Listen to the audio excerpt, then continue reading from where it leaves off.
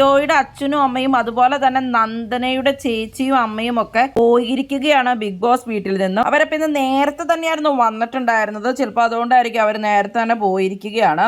ഇന്നലെ ശ്രീധുവിന്റെ അമ്മയും അതുപോലെ തന്നെ അർജുന്റെ അമ്മയും സിസ്റ്ററും ഒക്കെ ഒരുപാട് ലേറ്റ് ആയിട്ടായിരുന്നു പോയിട്ടുണ്ടായിരുന്നത്. ഇവരപ്പം നേരത്തെ തന്നെ ബിഗ് ബോസ് വീട്ടിൽ നിന്നും പോയിരിക്കുകയാണ്. എല്ലാവരും ചേർന്ന് ഗ്രൂപ്പ് ഫോട്ടോ ഒക്കെ എടുത്തിട്ടാണ് പോയത്. അപ്പൊ എല്ലാവരും ഗ്രൂപ്പ് ഫോട്ടോ എടുക്കാൻ നിർത്തി നിൽക്കുമ്പോൾ എല്ലാവർക്കും തന്നെ അർജുൻ കൊമ്പ് വയ്ക്കുന്നുണ്ട്. ഈ പ്രാവശ്യം അപ്പൊ ജിൻഡോയ്ക്കും ജിൻഡോയുടെ അച്ഛനും കൊമ്പൊക്കെ വെച്ച് കൊടുത്തേക്കുവാണ് അർജുൻ.